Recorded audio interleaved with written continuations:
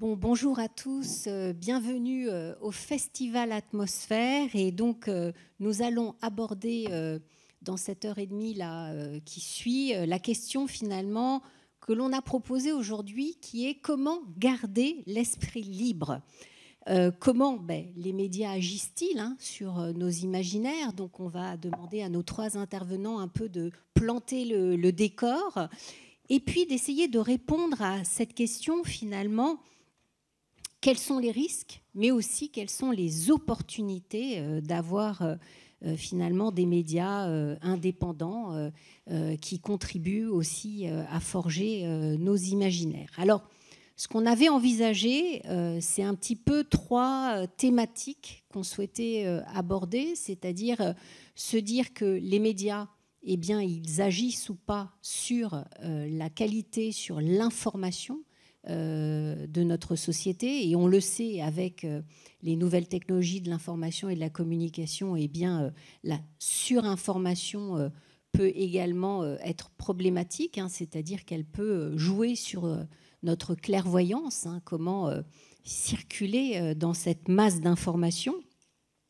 Aujourd'hui, avec l'IA, la question de la vérité se pose, c'est-à-dire est-ce que l'IA me donne une réponse plus juste, plus claire, plus vraie, ou est-ce que la vérité, eh bien, l'homme a encore, l'humain a encore quelque chose à dire de cette vérité?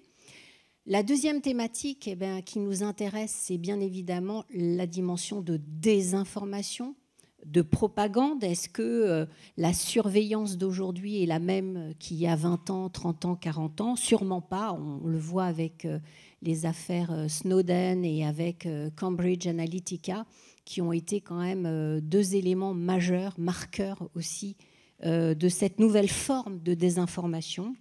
Et puis, troisièmement, cette indépendance des médias, qui quand même, je vous le rappelle, est un des éléments essentiels du pluralisme et qui participe réellement à la qualité démocratique de nos pays. Donc, est-ce que nos démocraties sont en danger? Est-ce qu'il y a encore une manière de faire pour garder nos esprits libres?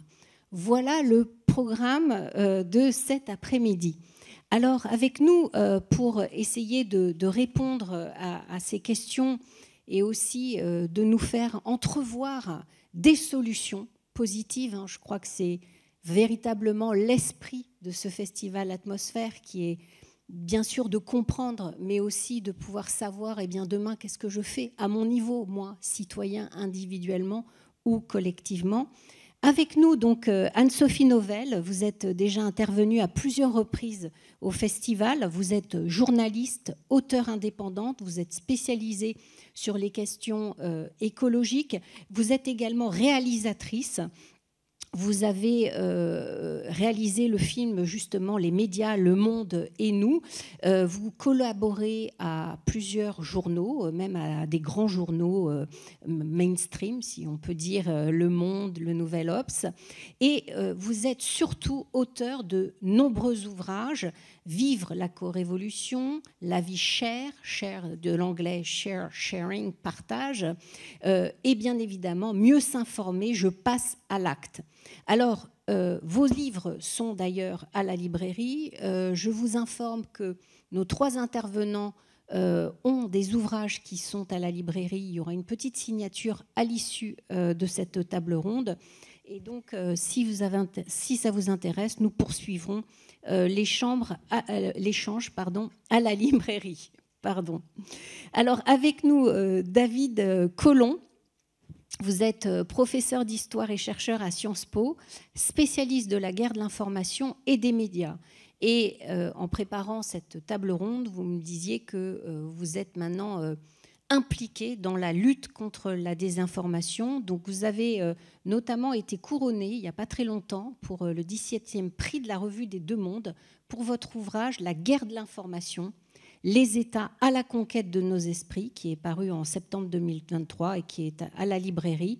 Vous êtes également l'auteur de nombreux ouvrages. On peut citer Les maîtres de la manipulation, un siècle de persuasion de masse, et puis également propagande, la manipulation de masse dans le monde contemporain, voilà, qui a été d'ailleurs réédité.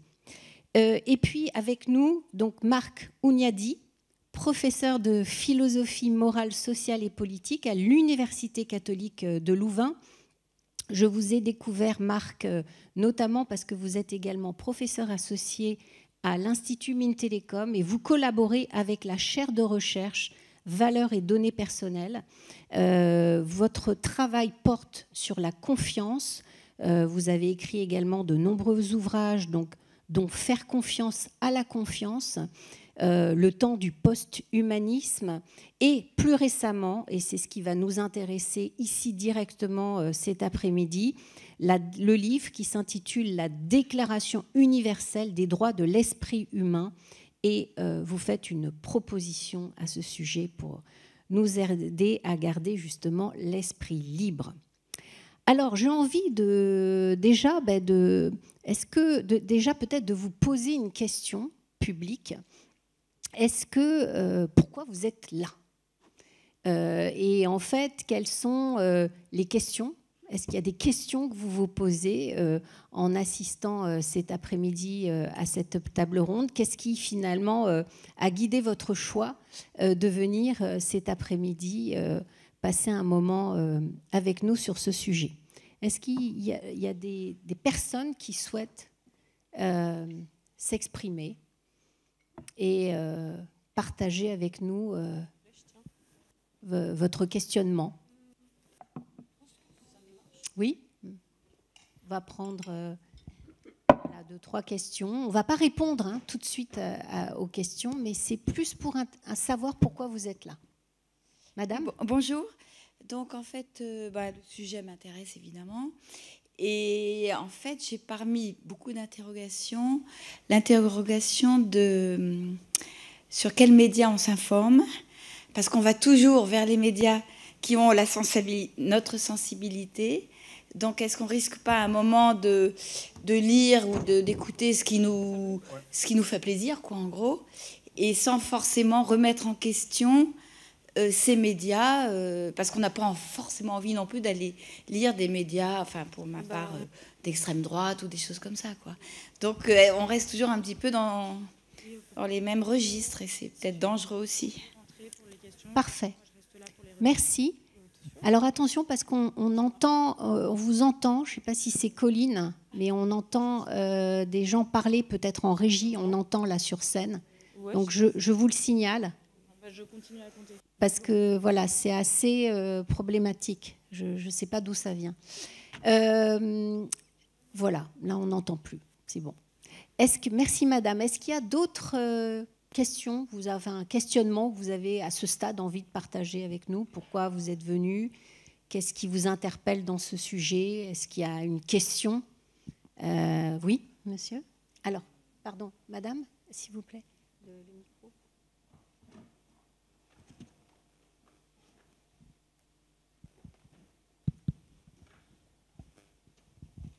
Oui, bonjour. Pour garder l'esprit libre, souvent les médias ils font pour question tout ce qui est scientifique, ils disent l'étude machin chose à 10 patati patata, mais on n'a jamais le lien vers l'étude. Et souvent quand il y a des chiffres, c'est un chiffre tout seul ou sans mise en rapport, on ne sait pas ce qu'il représente, est-ce que c'est beaucoup, est-ce que c'est pas beaucoup, et souvent si on oublie les alternatives aussi. Si on ne fait pas ça, qu'est-ce qui se passe ? On ne sait pas. Voilà, il y a un manque d'information. On nous jette l'information, machin, c'est méga, mais est-ce que c'est méga ? C'est combien méga ? C'est 1, c'est 10, c'est 100, c'est 1000 par rapport à d'autres choses, c'est combien ? Jamais d'information. On ne sait pas ce que c'est que méga. Voilà, merci. Merci. D'autres questions ? Non ? On ne voit pas très bien. Donc, bon, peut-être on en reste là.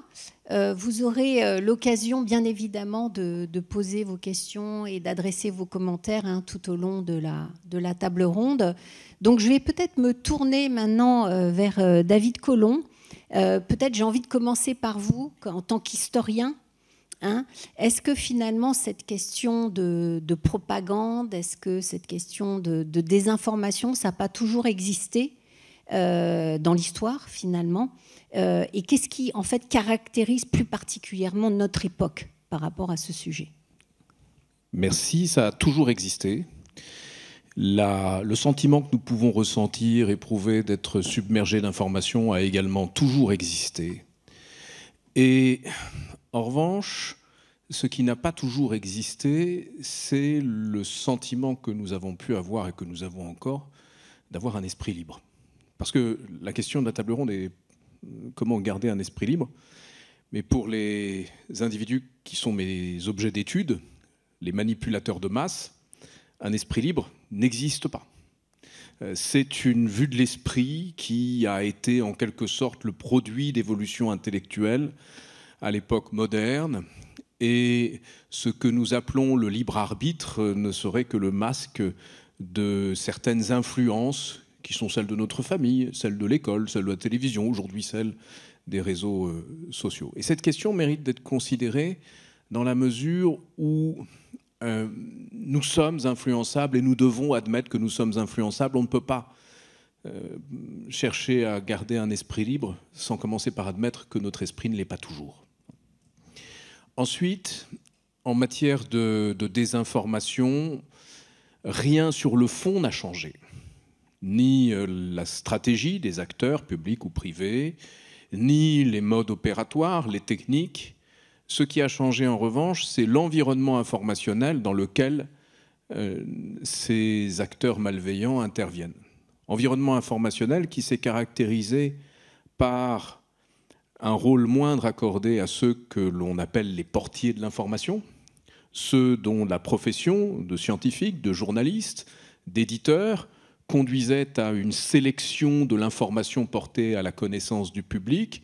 Désormais, à travers les réseaux sociaux, nous sommes en contact direct avec des manipulateurs de masse qui cherchent à influencer nos conduites et nous mettent en contact avec des faits parfaitement authentiques, des faits parfaitement inauthentiques, ou un mélange plus subtil de vrai ou de faux qui, à en croire Paul Valéry, est plus faux que le faux.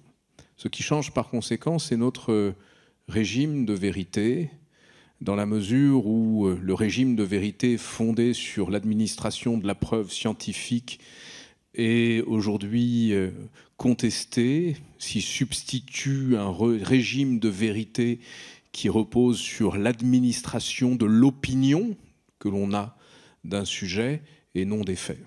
Or, chacun est libre d'avoir ses opinions, chacun, madame, est libre en tant que journaliste d'avoir ses opinions. On peut avoir un journal d'opinion, mais nous ne devrions pas être libres d'avoir nos propres faits. Et c'est, pour terminer mon propos liminaire, ce qui caractérise aujourd'hui notre époque.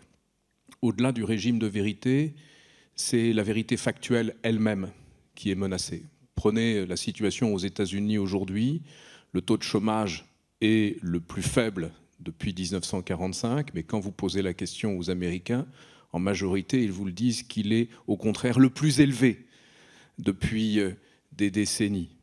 La capacité qu'ont des acteurs malveillants à travers des plateformes non vertueuses que sont nos réseaux sociaux, c'est-à-dire indifférentes à la vérité, et qui cherchent avant tout la maximisation de leurs ressources publicitaires, cette capacité, disais-je, qu'ils ont à fragiliser notre accès à la réalité factuelle est sans doute l'une des menaces les plus graves pour la démocratie. Marc Bloch, dans L'étrange défaite, en 1940, s'interrogeait sur ce que les médias de l'époque avaient fait pour protéger ce qu'il appelle ce minimum de renseignements nets et sûrs sans lequel aucune conduite rationnelle n'est possible. La démocratie n'est pas possible si nous ne nous entendons pas à minima sur des faits. Alors, peut-être restons 2 minutes sur qui sont ces manipulateurs de masse. Parce que, est-ce que vous pouvez nous expliquer qui sont ces manipulateurs? Parce que le sous-titre de votre livre, Guerre de l'information, les États à la conquête de nos esprits. Donc, Ouais, pour la plupart, les États s'appuient soit sur leurs services de renseignement, soit sur des prestataires de services qui sont des sociétés spécialisées dans l'influence. Elles peuvent s'appeler sociétés de relations publiques, sociétés de lobbying, de marketing digital. Et ce sont ces sociétés de technologie politique qui mènent les grandes opérations de désinformation. Et cette industrie de l'influence est née aux États-Unis il y a un siècle, plus d'un siècle, en 1897, avec la naissance des relations publiques. Il y eut ensuite la naissance de la publicité scientifique, la naissance des études de marché, la naissance des sondages, la naissance d'écoles tout entièrement vouées à l'analyse de nos comportements et des meilleurs moyens de les influencer, de sorte que cette industrie d'abord publicitaire a rapidement exercé ses compétences dans un champ qui dépasse celui de la publicité commerciale. Je ne connais pas, ou très peu, de grands publicitaires qui n'aient pas interféré avec nos environnements politiques. Et il est des noms que l'on connaît, célèbres en France, comme Édouard Bernays. Il en est d'autres que l'on ne connaît pas, comme Ivy Lee ou comme Ernest Dichter, qui ont beaucoup plus d'influence. Au quotidien, sur nos réseaux sociaux, nous sommes en contact avec les productions d'un certain Gambachisé, que personne ici probablement ne connaît. Ce sont des gens qui, à la faveur des modifications de nos environnements informationnels, à travers le fait que nous sommes désormais connectés les uns aux autres à travers les réseaux sociaux, ont la capacité de produire des effets à une échelle inédite dans l'histoire. Et c'est cette échelle-là, de même que l'essor de technologies nouvelles telles que l'intelligence artificielle générative, qui change considérablement la donne en matière d'influence et de manipulation des perceptions. Et nous sommes en même temps dans une guerre de l'information parce que des régimes autoritaires considèrent que l'information produite par les régimes démocratiques est une menace intrinsèque pour leur survie. Imaginez l'idée de liberté qui gagne la Russie, l'idée de voter librement, de s'exprimer librement. Et le meilleur moyen qu'ils ont trouvé de se défendre face à cette menace informationnelle était d'une part de protéger les esprits de leurs citoyens et d'autre part d'interférer avec les esprits des citoyens occidentaux. Nous sommes aujourd'hui dans une guerre de l'information d'une intensité inédite dans l'histoire. Ce qui se passe au jour du même, en ce moment même, dans l'environnement informationnel américain est proprement sidérant. Je n'ai jamais rien vu de tel. Et nous devons, par conséquent, plus que jamais, réfléchir collectivement aux moyens de retrouver l'accès à une information fiable. C'est un enjeu à toutes les échelles, démocratiques et individuelles. Eh bien, on reviendra dessus parce que je pense que la question des États, c'est vrai que quand on pense question des médias, on ne pense pas forcément au rôle que jouent les États, donc peut-être on reviendra sur cela tout à l'heure.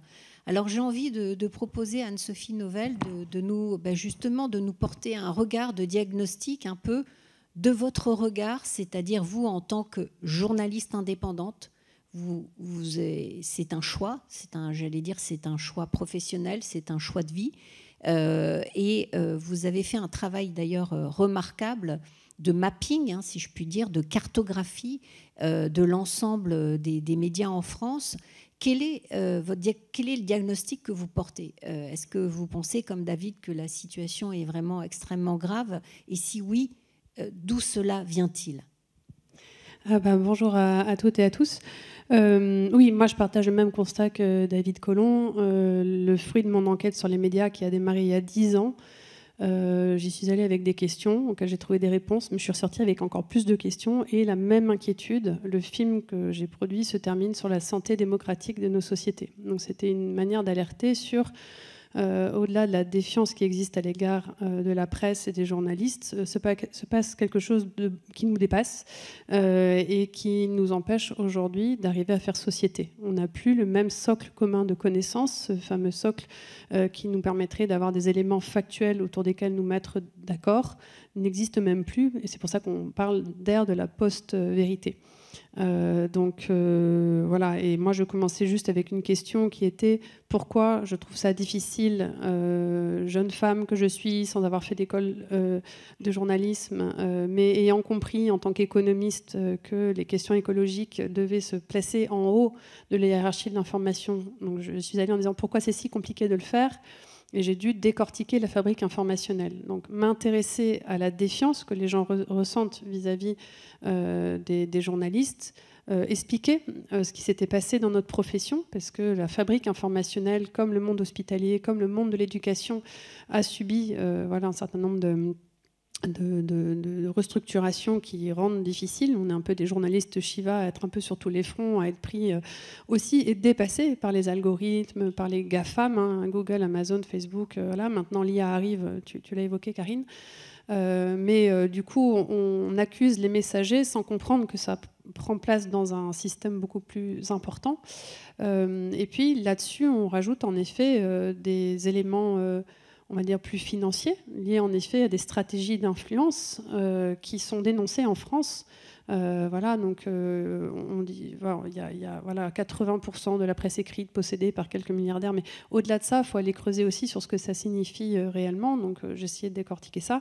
Et après, de voir dans ce monde-là, qu'est-ce qu'on peut faire pour retrouver un terrain d'entente, de discussion, et quel est le rôle des médias dans ce monde-là aujourd'hui pour retrouver des espaces de controverse. Moi, je n'ai rien contre le fait qu'on ne soit pas d'accord, au contraire, mais notre rôle de journaliste devrait être justement de dire, retrouvons un espace où on peut se mettre d'accord autour de faits communs et permettons d'y voir clair, de poser les bonnes questions, etc. etc. Or, aujourd'hui, ça s'avère très compliqué. Donc, pour répondre à cette première question, oui, je suis ressortie assez affolée. J'ai aussi des jeunes enfants et à me dire comment faire aujourd'hui pour leur proposer d'accéder à ça librement. Et mon grand message, c'est toujours reprenez la main sur ce que vous vous mettez dans la tête. Vous achetez un téléphone portable, il est configuré de manière à ce que vous receviez des notifications de Google, de news, etc., sans l'avoir forcément choisi.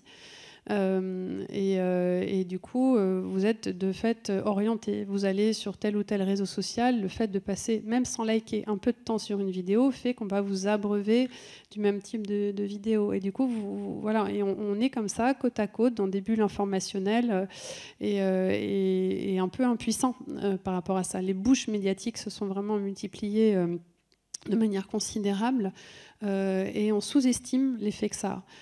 Et moi, en fait, dans mon enquête, en partant de la défiance que les gens m'exprimaient, je me suis rendu compte qu'il y avait une vraie souffrance. Alors, un phénomène plus féminin, assez genré au départ, de femmes qui venaient beaucoup me voir en me disant « je suis perdue, j'ai tout coupé, j'arrête de m'informer ».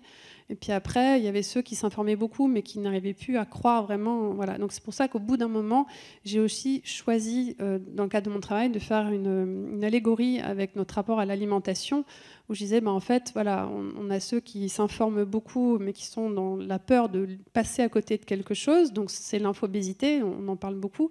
Mais il y a ceux qui, à l'inverse, ne veulent plus du tout s'informer. Donc pour moi, c'était la médianorexie. Je me replie.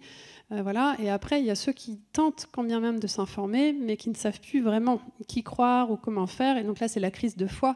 Voilà. Et en ressortant, je me suis dit, en fait, il va nous falloir 20 à 30 ans de travail aujourd'hui pour s'adresser à ce chantier de l'information et comprendre que c'est une vraie menace. Et qu'on est, mais vraiment...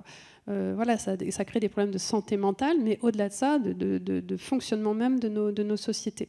Et en fait, cette allégorie-là, elle m'a permis d'aller très loin parce que c'était simple de comprendre un peu ce qui se passait, mais de se dire, vous avez le droit de comprendre ce qui se passe entre la fourche et la fourchette quand vous mangez. Sur l'information, c'est pareil. Vous pouvez ouvrir ce capot et parce que vous comprendrez mieux les process, on arrêtera de pointer du doigt le journaliste, membre d'un média, propriétaire d'un grand... Voilà. Ok, mais on va aller un peu plus loin, et questionner ce que signifie l'indépendance de l'information, questionner qui est derrière cette information, quand je fais ça, à qui ça appartient, mais dans quel registre ça s'inscrit, et donner des outils pour donner de la liberté, parce que pour moi la liberté, elle est là, la liberté de l'esprit et de savoir poser les bonnes questions.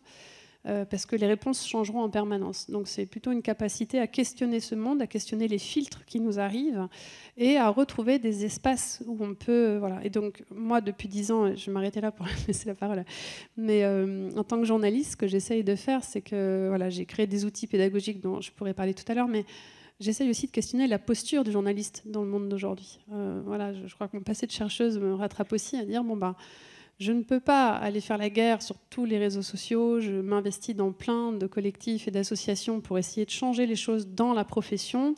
de manière un peu méta, mais pour aller à la rencontre du public et agir voilà, concrètement, il faut que je le fasse sur mon territoire. Donc en ce moment aussi, je passe beaucoup de temps à questionner ce que je peux faire au-delà des écrans, au-delà des médias, pour voilà, créer des sphères ou travailler avec des scientifiques, des artistes et le public pour refaire quelque chose au niveau de l'information. Parce qu'on le voit, les déserts informationnels sont aussi une mise en danger politique. Voilà, je lisais un article ce matin sur les médias locaux qui disparaissent dans les territoires outre-mer. Il n'y a que France TV maintenant qui arrive à faire de la bonne information. Il y a la crise en Ukraine, la guerre en Ukraine provoquait une crise sur le papier. Il y a plein de médias qui sont en train de se casser la figure dans ces zones-là. Aux États-Unis, on parle beaucoup des déserts informationnels et les études montrent que ça a des effets sur la manière dont on se projette et dont on vote par la suite. Donc en France, on n'en est pas encore là, mais quand j'écoute David Colomb,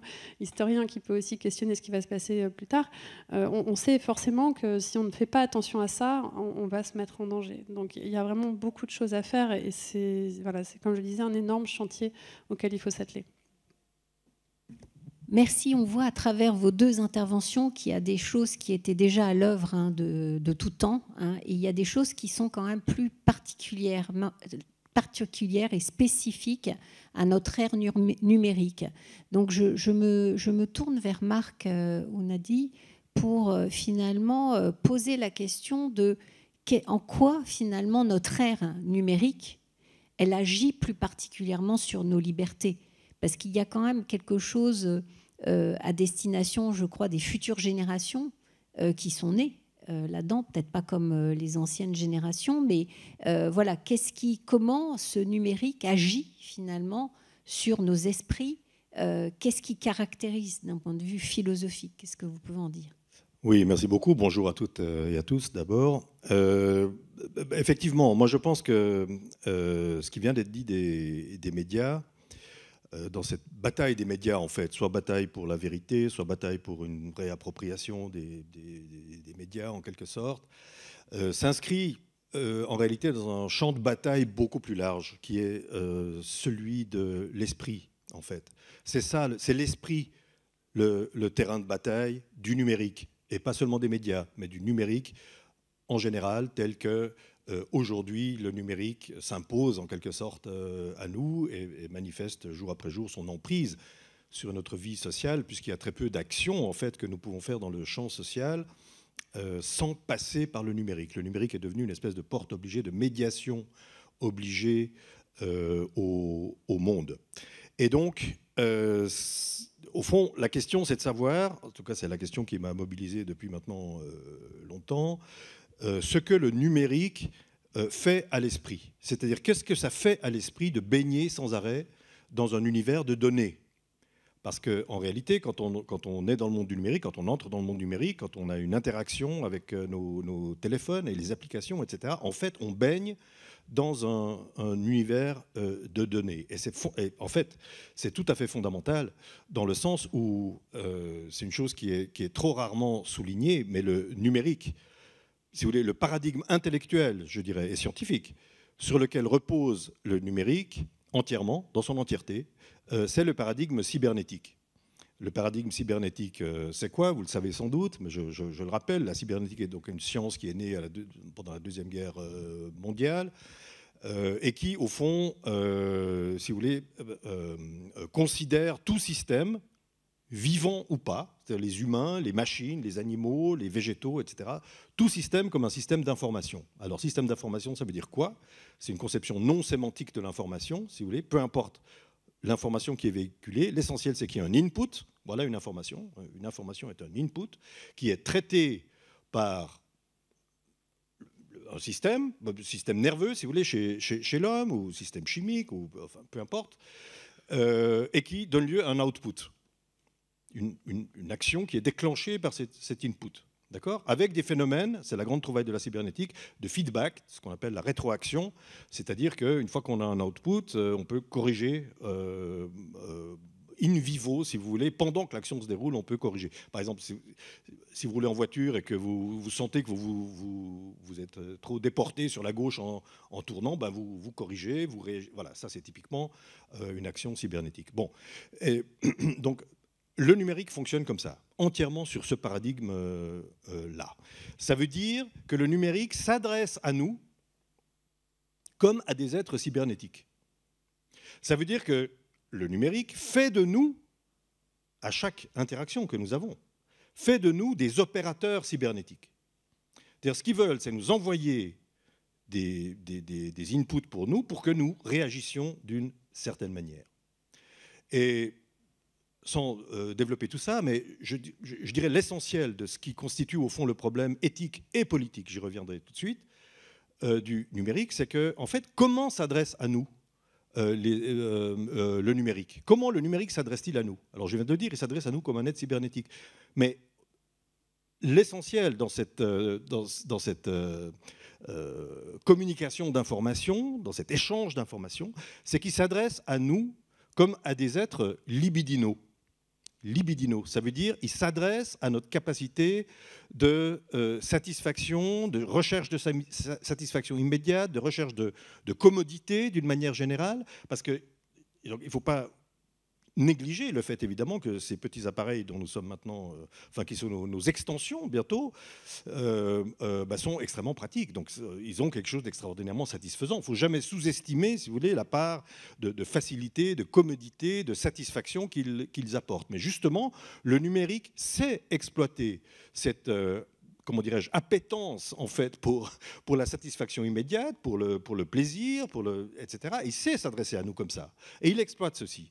Ce faisant, le numérique ne s'adresse pas à nous comme à des êtres capables de penser, de réfléchir, de sublimer leurs désirs, de réinterpréter leurs désirs. Il s'adresse à nous comme à des êtres libidinaux qui doivent cliquer le plus vite possible.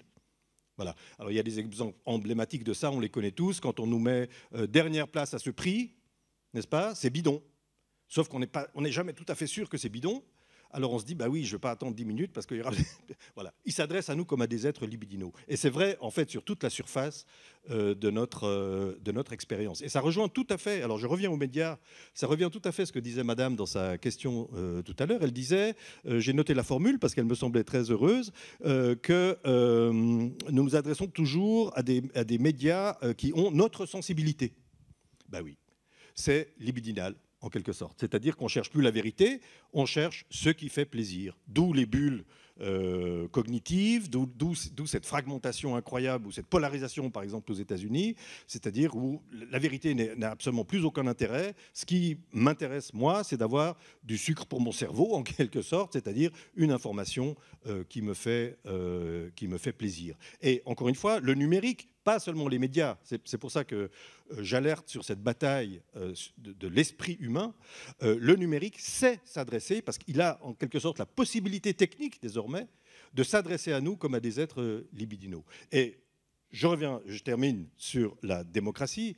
Pourquoi est-ce que cette libidinalité du politique est devenue dangereuse? Je crois que c'est parce qu'en fait, elle s'attaque à un des principes fondamentaux de la démocratie, dès les origines, 17e, 18e siècle, je parle de la démocratie moderne, qui est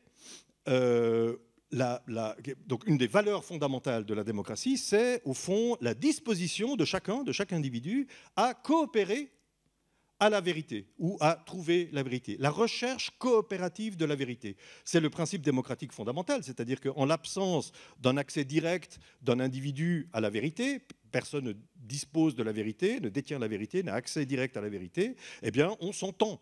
On s'entend dans le champ politique. C'est ce que met en scène magnifiquement nos hémicycles, n'est-ce pas, qui justement mettent en scène en fait la discussion, etc. Mais évidemment, un hémicycle qui fonctionne, ça suppose la disposition, la disposition à rechercher ensemble la vérité avec un petit v naturellement, la vérité la solution qui peut s'imposer à un moment T. Eh bien, je crois que cette libidinalité de l'information et du numérique en général, eh bien, s'attaque directement à cette valeur-là. Et vous voyez, dans nos démocraties, par exemple aux États-Unis, les institutions demeurent. Quand même, elles ont résisté à l'assaut du Capitole, et puis bon, les institutions sont en place. Donc les institutions ne sont pas tellement attaquées. Mais ce qui est attaqué, c'est à mes yeux encore plus grave. C'est-à-dire justement cette disposition à la recherche coopérative de la vérité qui nous enferme chacun dans cette libidinalité polarisante. Alors justement, là, je me pose vraiment une question. Vous avez peut-être la même question que moi, c'est-à-dire que à l'ère numérique, on voit aujourd'hui le rôle des big tech. On voit le rôle, Anne-Sophie rappeler le rôle des GAFAM, et on voit ces plateformes agir justement sur nos libertés, sur nos esprits. Mais alors, du coup, une question pour David, c'est-à-dire qui sont ces grands manipulateurs de masse? Alors, est-ce que ce sont en gros les GAFAM? Est-ce que ce sont les grandes plateformes qui sont les grands acteurs? Asma Mala, politologue, l'a bien montré, c'est-à-dire en quoi ces big tech non seulement nous offrent des services numériques, mais aussi quelque part utilisent nos esprits et nous font travailler ce que vous rappeliez à l'instant. Mais est-ce que c'est eux les manipulateurs de masse? Est-ce que c'est les États? Est-ce que les États ont encore un rôle, ou est-ce que les États sont quelque part en guerre de l'information contre ces grandes entreprises privées? Je me pose vraiment la question, en fait, de qui sont finalement les manipulateurs, les plus grands manipulateurs. Est-ce que les États sont encore manipulateurs? Les États démocratiques sont en échec face au poids croissant dans nos environnements informationnels, mais également dans nos environnements politiques et économiques, des grandes plateformes numériques.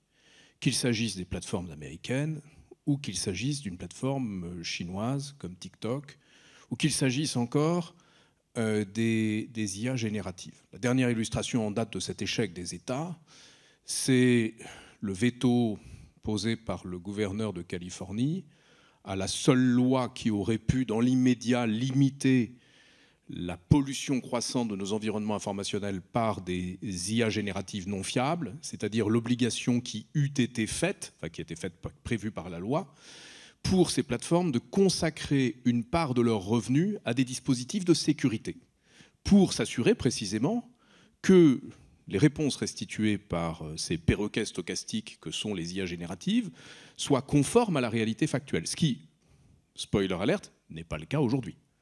Aujourd'hui, dans 30% des cas, les IA génératives, quand vous les interrogez sur une fake news conçue par le Kremlin, donnent de la crédibilité à cette fake news. Bon. Le modèle dominant est celui de la maximisation du revenu publicitaire. C'est au nom de la maximisation de son revenu publicitaire que Facebook, Instagram, donc Meta, a accordé la priorité au contenu qui génère le plus de viralité, d'engagement. Un engagement, c'est un like, un commentaire, un partage, indépendamment de la valeur intrinsèque de ces contenus, puisque seule importe pour eux la valeur économique du contenu.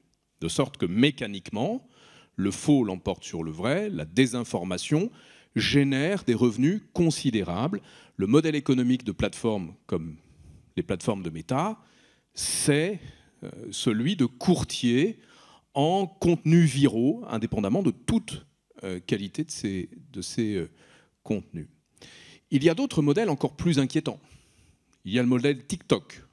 Encore hier, avant-hier, je crois, 13 États américains ont déposé une plainte contre TikTok sur la base de documents internes qui, pour la première fois, montrent ce qu'on savait déjà d'Instagram, à savoir qu'ils ont des études qui font état des dommages psychologiques gravissimes sur les adolescents utilisateurs de TikTok, et pourtant ils ne font rien pour enrayer les dommages psychologiques occasionnés sur les adolescents utilisateurs de TikTok.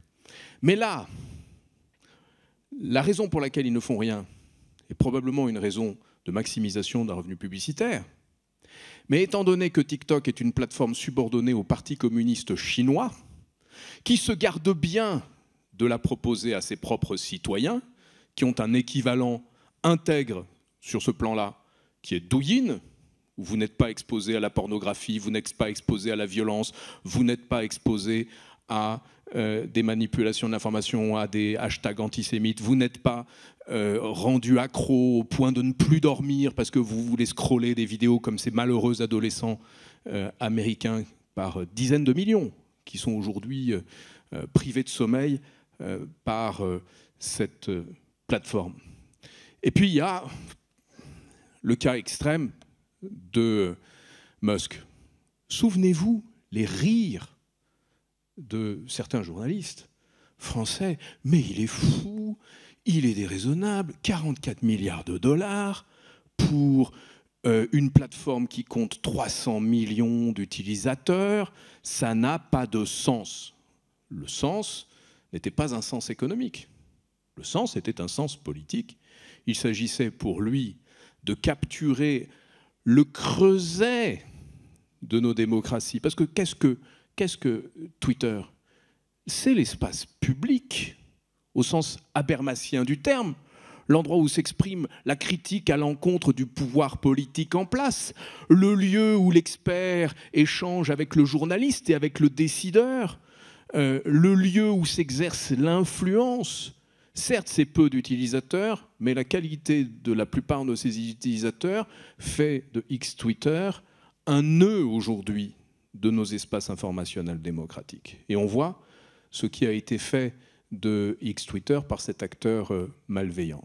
Face à ces acteurs malveillants, nous avons, nous, démocratie, eu tendance à nous protéger par une approche qui était purement économique, en considérant que lorsqu'il y a infraction à un règlement européen, on doit in fine sanctionner la plateforme par une amende équivalent à un certain pourcentage de son chiffre, de son bénéfice annuel. Mais qu'est-ce qui arrive lorsque le montant généré par l'infraction excède le montant maximal de l'amende?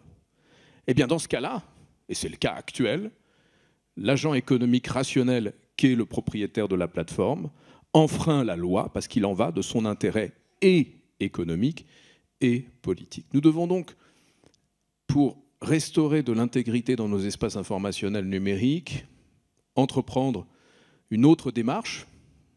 Pavel Durov s'est retrouvé confronté à la justice française et paf, il paraît que la plateforme est devenue intègre.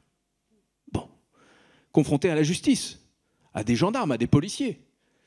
La place de quelqu'un qui sait que son produit est toxique pour des enfants et qui s'obstine à fournir ce produit toxique à des enfants n'est-elle pas devant un juge? Je le crois, pour ma part. Donc, il faut sanctionner plus durement les responsables des plateformes qui instrumentalisent celles-ci au bénéfice de leur profit et au détriment de la santé psychique de leurs utilisateurs et au détriment aussi de la démocratie. Et puis un jour, il faudra aussi nous poser la question de nouveaux médias numériques intègres. Médias numériques ne reposant pas sur des architectures publicitaires toxiques, ne permettant pas le recours à des bots, à des trolls, à l'IA générative. Et il s'agit pour nous rien de moins que de restaurer l'agora, de restaurer un espace public susceptible de rétablir un peu de stabilité dans nos démocraties et d'abaisser le niveau de sauvagerie, d'ensauvagement. Parce que quiconque s'exprime sur X-Twitter fait nécessairement l'expérience de cet ensauvagement croissant de nos environnements numériques qui produit de l'ensauvagement dans nos environnements physiques. Il n'y a pas de distinction fondamentale entre le numérique et le physique. Voilà, j'espère avoir répondu. Votre question est très vaste. Oui. Je ne veux pas monopoliser la parole. Oui, non, mais poursuivons. Et alors, justement, par rapport à cette dimension, ce qu'on voit bien, c'est d'ailleurs la question de Madame portée, enfin, quelque part, il y avait cette dimension, me semble-t-il, un peu sous-jacente, c'est-à-dire que aussi, une des conditions, finalement, de cette liberté médiatique, c'est la diversité de ces médias. Et c'est aussi la curiosité d'aller vers d'autres médias, de ne pas s'enfermer justement dans un uniquement certains médias. Moi, j'ai envie quand même de poser la question à Anne-Sophie, qui a beaucoup travaillé sur cette cartographie des médias. Rassurez-nous, est-ce qu'il y a encore du pluralisme, qui est quand même une des conditions essentielles de la démocratie? Est-ce qu'il n'y a pas finalement une diversité des médias aussi scientifiques et aussi qui ont une approche tout à fait rigoureuse, mais que tout simplement, c'est un peu la forêt qui cache l'arbre, hein, comme on dirait, et que finalement, oui, il y a cette diversité. Comme vous le rappelez, la métaphore avec l'alimentation est tout à fait intéressante, parce qu'on voit bien que si on mange tout le temps de la même chose en grande quantité, il y a moins de chances qu'on soit en bonne santé, alors qu'il nous faut aller vers une diversité. Donc, quel est un peu ce paysage français aujourd'hui? Est-ce qu'il y a quand même de l'espoir, et est-ce que vous avez vu une évolution sur cette dimension? Il y a plein de choses, en fait. Quand je termine mon film et le livre qui complète le film en 2019, on arrive en bout de projet là-dessus, et on avait promis, dans le cadre de la campagne de crowdfunding qu'on avait faite pour soutenir notre travail, un goodies comme ça se fait d'ordinaire. Et je crois que j'avais proposé une carte de la presse pas pareille, une carte de presse pas pareille. Enfin, je trouvais ça inutile en fait comme idée. Et à un moment, je me dis mais je ne connais pas de carte du paysage médiatique français tel que moi je me le représente. Donc je vais demander à la régie de mettre la carte d'Acrimed Mondiplo, la seule carte qui existait et qui est très connue, que tout le monde cite sur le terrain, celle qui revient tout le temps, c'est Média qui possède quoi. Je crois qu'ils la font depuis 2016 et elle est très utile, vous voyez, cette araignée, pour resituer les différentes marques de médias, les différents titres, télé, radio, presse écrite, numérique, en lien avec les personnes ou les entreprises qui sont propriétaires de ces médias. C'est très révélateur du fonctionnement d'une presse qu'on va dire mainstream. C'est celle qui est la plus identifiée, celle qui est la plus visible. Voilà, et cette carte, elle est vraiment largement connue des gens qui critiquent beaucoup la presse. Et je me disais, moi, je la trouve très utile parce que voilà, elle dénonce quelque chose, mais pour moi, ça ne s'arrête pas là. J'ai travaillé pour certains de ces supports, mais je travaille pour plein de supports qui ne sont pas là. Le paysage médiatique français ne se réduit pas à cette vision-là. Donc, on a dessiné une carte avec Natacha Bigan, qui est la graphiste qui suit ce travail avec moi depuis très longtemps. Donc, c'est sur la deuxième carte que vous avez chargée cette fois-ci. Donc, c'est la carte très subjective du paysage médiatique français. On avait fait une première version en 2020, donc en remerciement de la communauté qui nous avait soutenus, et on l'a mise en ligne vraiment gratuitement, en fait très largement en Creative Commons. Est-ce que vous pouvez nous l'afficher? Et elle a tellement bien marché, elle a tellement circulé qu'on a eu plein de retours et on l'a retravaillé. On a mis 2 ans à retravailler. Est-ce qu'en régie, vous pouvez mettre la deuxième carte? Ah voilà, super. Voilà. Et donc, on a, voilà, ça c'est la deuxième version de la carte du paysage médiatique français, très subjective. Et donc, vous voyez, dans le fleuve, j'ai remis les médias que Acrimed met dans sa carte. Donc, tout en haut, dans les montagnes, à gauche, on a les agences de presse, à la source de l'info. Les agences de presse, c'est en France l'AFP, qui a des journalistes partout dans le monde, qui fait des dépêches. Les médias français sont abonnés à l'AFP, et il y a des journalistes dont le métier, c'est de faire du bâtonnage de dépêches. Ils vont reprendre la dépêche de l'AFP, c'est pour ça que souvent il y a beaucoup de copier-coller d'un média à l'autre, où ils vont l'enrichir, etc. Et donc, ces grandes sources d'information vont venir nourrir ce fleuve. Donc, j'ai mis le paquebot Bolloré, l'avion de Bernard Arnault, et donc chaque bateau est un grand actionnaire, mais il y a aussi la République française qui, dans son sillage, on voit apparaître les différents titres qu'il possède. Voilà, donc là, c'était pour nous une façon de représenter ce qu'on voit le plus aisément, c'est souvent le fleuve, la rivière, ce qui circule dans une ville, dans un paysage. Et tout s'organise autour de l'eau, ça, vous le savez bien. Donc, voilà. Mais notre idée, c'était de dire, vous avez le droit de sortir la tête de l'eau et d'aller voir ailleurs. On a mis la presse locale juste à côté, parce que la presse locale a aussi un grand rôle pour moi, hein, je vous l'ai dit tout à l'heure, en resituant dans les immeubles et les bâtiments, les grands titres de la presse locale, mais on a fait figurer à côté voilà, un certain nombre d'autres supports.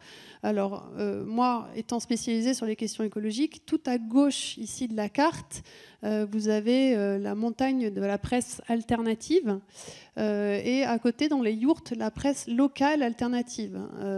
Dans la petite falaise, j'ai mis le journalisme d'adaptation et puis on l'a différencié par type de support.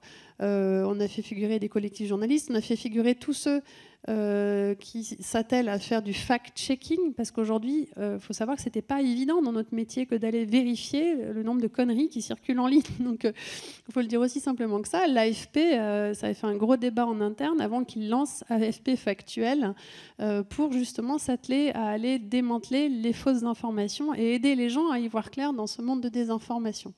Et puis voilà, donc en fait l'idée était de dire bon, la presse est vraiment variée. Donc tout en haut il y a la presse scientifique, dans la petite montgolfière c'est la slow press, donc c'est la presse qui prend de la hauteur, qui n'est pas dans le flux de l'actualité, mais qui voilà prend un peu de recul pour analyser tout ça. En haut des sommets, vous avez les affaires au sommet de l'État, donc tout le travail fait par des journalistes d'investigation de l'affaire Bettencourt, Cahuzac, etc., qui apparaissent tout en haut. La boussole, ce sont toutes les structures qui permettent de garder le nord dans le métier, à commencer par Reporters sans frontières, mais aussi par les organisations qui font de l'éducation média et qui ont un œil sur, voilà, je pense aussi au Conseil de déontologie de l'information. Dans la loupe, c'est les médias d'investigation, parce que leur travail a une vraie valeur qui se traduit politiquement, économiquement. Je vais arriver sur mon tas de fumier qui généralement fait rire, mais où j'ai positionné la presse qui pour moi est nocive aujourd'hui. Quand on a fini cette carte, j'avais failli mettre le fantôme du JDD quand il venait de se faire racheter. Voilà, mais c'est très subjectif, mais valeur actuelle. Pour moi aussi, voilà, on n'est pas contre la liberté d'expression, mais on trouvait que dans le débat public, ça pose un certain nombre de questions. Et puis, presse étrangère sur la petite île, la presse jeunesse, la presse... Voilà. L'idée, c'est une carte, elle raconte une histoire. Elle ne sera jamais suffisamment exhaustive, il faut l'actualiser fréquemment pour qu'elle reste... voilà, mais on a pu constater que pour des personnes qui questionnent leur rapport à l'information, elle a l'effet d'ouvrir un peu les chakras et de se dire waouh, en fait, je ne connais pas tout ça, j'ai le droit d'aller me balader ailleurs, mais par mes connaissances, on n'y va pas. On a aussi mis en haut les satellites, c'est l'IA. L'IA, voilà. Et les nuages, j'ai mis aussi, c'est toutes les ombres au tableau. La mésinformation, les stratégies de propagande, tout ce qui nous empêche parfois voilà, d'accéder à cette bonne information. Et en fait, cette carte, elle permet de un petit peu s'y repérer, mais c'est aussi un prétexte. Parce qu'après, moi, j'invite les personnes qui viennent voilà, participer à nos ateliers à dessiner leur propre carte. Et souvent, c'est un premier espace de conversation pour justement retrouver le socle commun. C'est comprendre que on n'a pas les mêmes canaux d'information. Et en fait, j'ai travaillé ça avec deux personnes qui ne sont pas journalistes. Un jeune homme qui est militant chez Un bout des médias et un autre qui est artiste, qui a beaucoup travaillé avec Bruno Latour et qui s'était rendu compte qu'il avait un souci lors des repas de famille. Il n'arrivait plus à parler avec ses proches. Donc lui, il se définit comme étant écologiste, féministe. Mais bloqué dans ses conversations alors qu'il adore sa famille, et c'était une vraie souffrance, et il s'est dit je me rends compte que leur façon de s'informer est très différente de la mienne, et il en a fait un sujet d'enquête personnelle. On a beaucoup travaillé avec Loïc Chamrier et on a développé ensemble un outil qui complète cette carte qui s'appelle Mediaventure.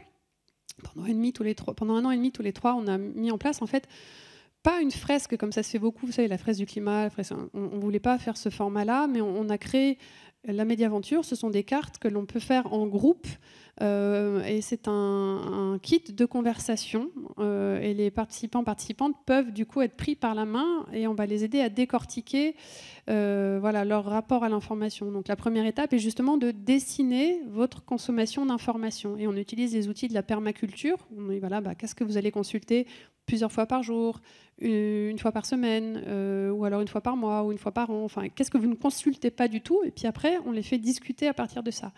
Après, la deuxième étape, c'est qu'est-ce que vous connaissez du paysage médiatique français? Donc on utilise cette carte.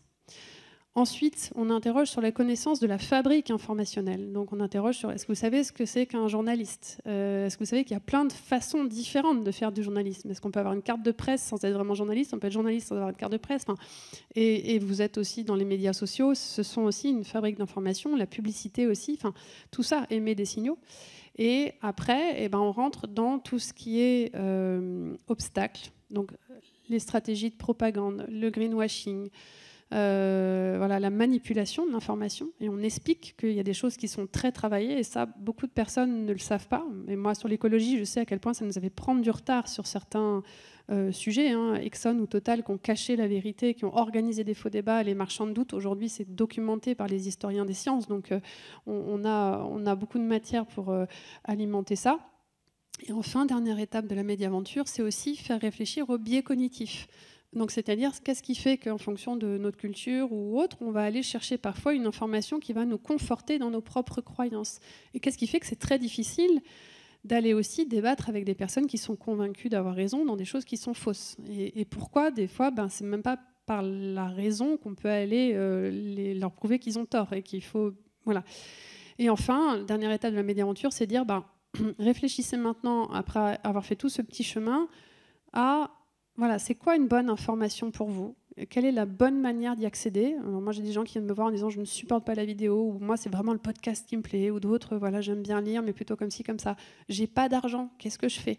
Et en fait, ensemble, on arrive à définir des outils, mais je leur dis tout le temps, ce régime informationnel que vous définissez maintenant, questionnez-le tout le temps. Vous pouvez aussi refaire cette démarche régulièrement. Voilà.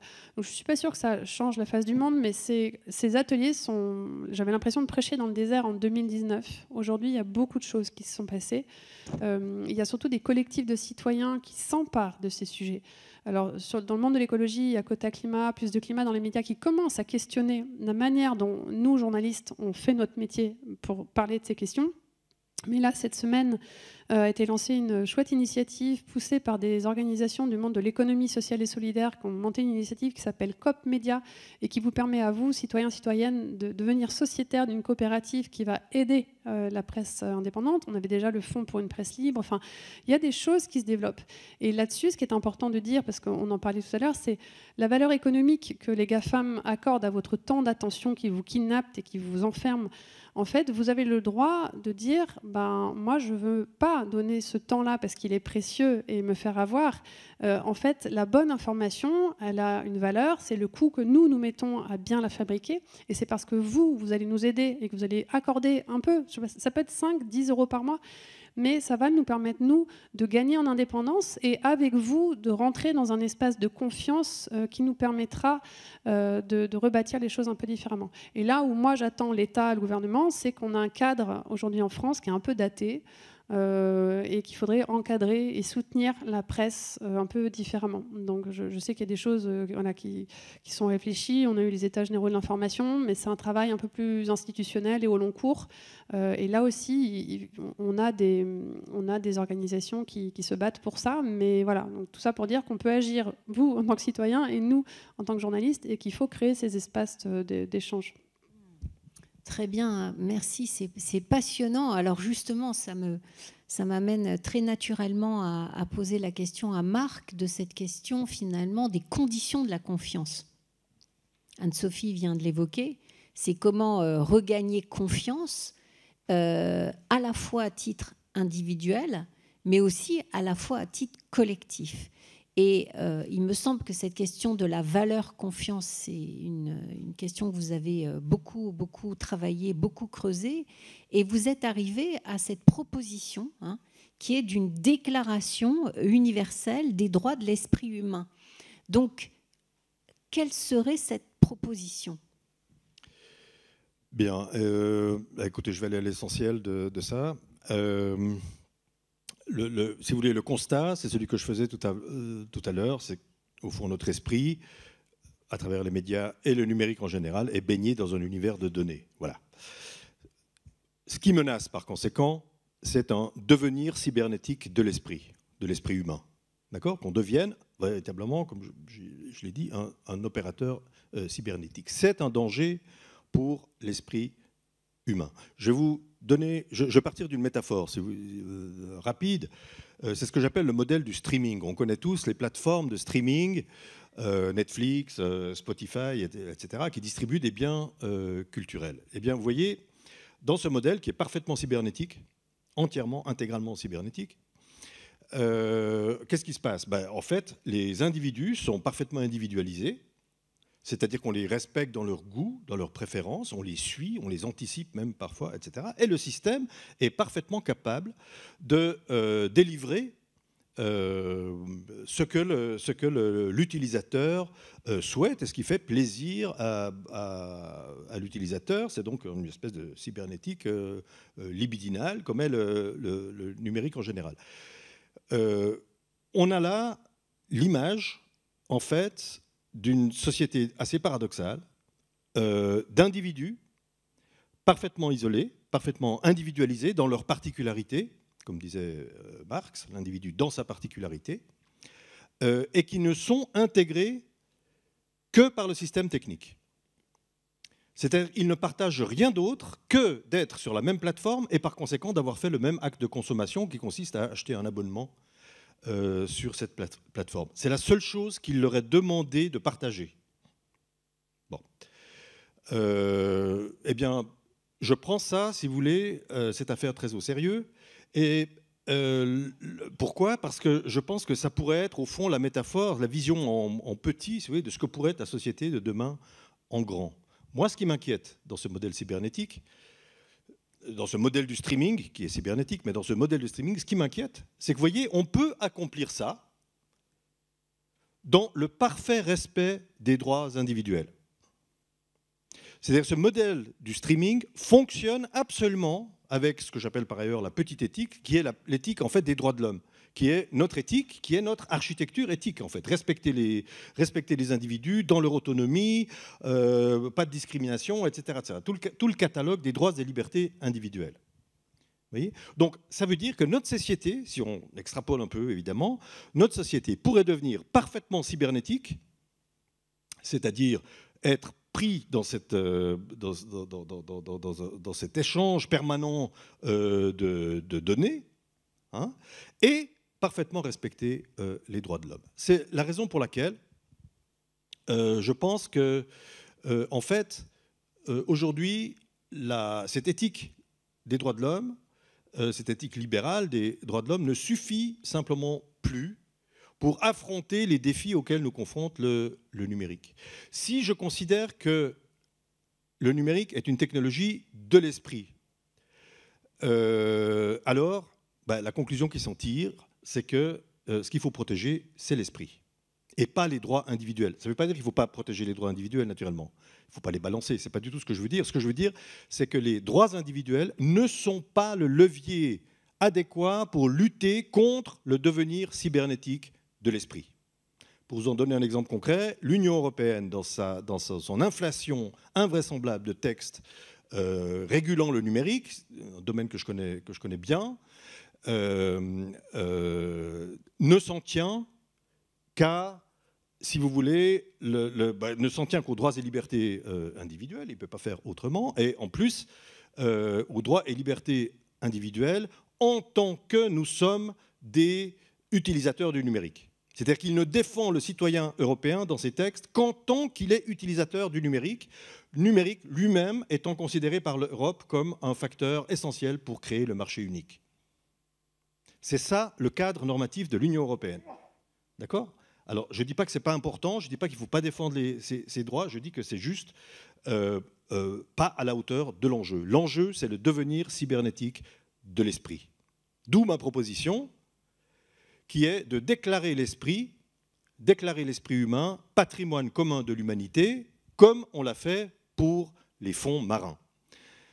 Il faudrait que je développe naturellement, mais l'idée, pour les fonds marins, ça a pris du temps, hein, ça a pris 40 ans pour les fonds marins, ça risque d'en prendre davantage pour l'esprit. Mais oui, l'idée, c'est que quand on déclare quelque chose patrimoine commun de l'humanité, on nomme une autorité dédiée. Pour les fonds marins, c'est l'AIFM, l'Autorité internationale des fonds marins. Ça veut dire une chose précise, Ça ne veut pas dire qu'on ne peut rien faire dans les fonds marins. Ça ne veut pas dire qu'on ne peut plus y aller, qu'on ne peut plus les explorer, ni même les exploiter. Ça ne veut pas dire ça. Ça veut dire que si on veut aller explorer, si on veut aller exploiter, il faut demander l'autorisation de l'autorité des fonds marins. D'accord ? Eh bien, je pense qu'en fait, il faudrait quelque chose d'équivalent pour l'esprit. Et je vais vous donner un dernier parallèle. Vous voyez, dans les pharma, dans les grandes pharma, grandes entreprises pharmaceutiques. Ça viendrait à l'idée de personne aujourd'hui de lancer une molécule sur le marché simplement pour des questions d'argent, etc. Tout le monde sait bien qu'une molécule sauvage, si vous voulez, peut faire du mal au corps. Raison pour laquelle eh bien, il y a des autorités, il y a des tests, il y a des procédures extrêmement sévères. Parce que pour le corps, tout le monde sait qu'une molécule peut nuire. Eh bien, pour l'esprit, tout le monde s'en fout. Pour l'esprit, tout le monde s'en fout. Or, ce sont des technologies de l'esprit. Vous voyez, ChatGPT, par exemple, alors on parlait de TikTok tout à l'heure, on pourrait dire la même chose, mais ChatGPT, par exemple, qui est une technologie vraiment prodigieuse, en fait. Hein, je suis absolument stupéfait. Encore ce matin, je faisais des expériences avec ChatGPT. C'est juste stupéfiant. Bon, alors, ça ne veut pas dire que c'est intelligent, hein, c'est pas ce que je veux dire, mais c'est quand même stupéfiant. Sauf que le point, moi, ce qui me heurte, si vous voulez, c'est que cette technologie a été mise sur le marché du jour au lendemain, c'était juste avant l'hiver 2022, avant le Noël 2022, a été mis sur le marché du jour au lendemain par une entreprise qui a décidé que voilà, ce serait bien pour elle de le faire et de le faire gratuitement, comme ça, ça alimentait encore d'autant plus ces données d'apprentissage, etc., etc. Alors que tout le monde, rappelez-vous quand même, il y a eu quand même un vent de panique, hein, dans toutes les professions, les journalistes, qu'est-ce qu'on va devenir, les médecins, les enseignants, avec les élèves qui évidemment font leurs travaux sur ChatGPT, etc. On s'est vite rendu compte que ça allait bouleverser les relations sociales et au-delà, etc. Or, on a été mis devant le fait accompli par une simple décision de marché. C'est une entreprise qui a décidé de mettre ça sur le marché. Je trouve ça pas tolérable, si vous voulez. Et une autorité dédiée au patrimoine commun qu'est l'esprit humain devrait donc veiller en continu, pas seulement au moment de lancer quelque chose, mais aussi surveiller les effets à moyen terme, à long terme, etc. etc. Ça devrait être quelque chose de progressif, en quelque sorte, et de continu. Donc une haute autorité devrait être dédiée à la protection de l'esprit, parce que, encore une fois, aujourd'hui, le champ de bataille du numérique, et pas seulement des médias, c'est l'esprit humain. Infiniment. Alors c'est le moment des questions, commentaires. On est là aussi pour débattre tous ensemble. Donc on va peut-être demander à Loïc de la régie de nous mettre un petit peu de lumière dans la salle. Et puis voilà, c'est un moment. Voilà, on va continuer cette discussion. Est-ce qu'il y a des questions, même des commentaires aussi pour nos intervenants? Monsieur.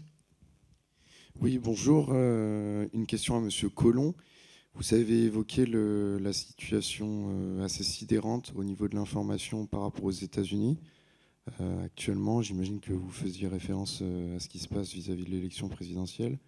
Est-ce que vous pourriez être un peu plus précis, illustré, s'il vous plaît?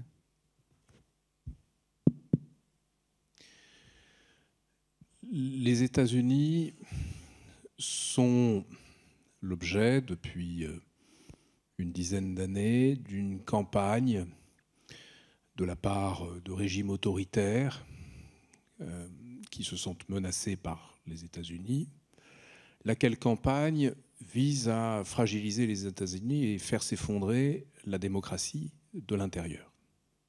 Je dis depuis une dizaine d'années, mais s'agissant du Kremlin, c'est depuis les années 1970 que, même avant, on peut même considérer dès les années 1950, donc ça fait des décennies, qu'il s'emploie à faire trois choses essentiellement. La première, c'est amplifier toutes les divisions préexistantes.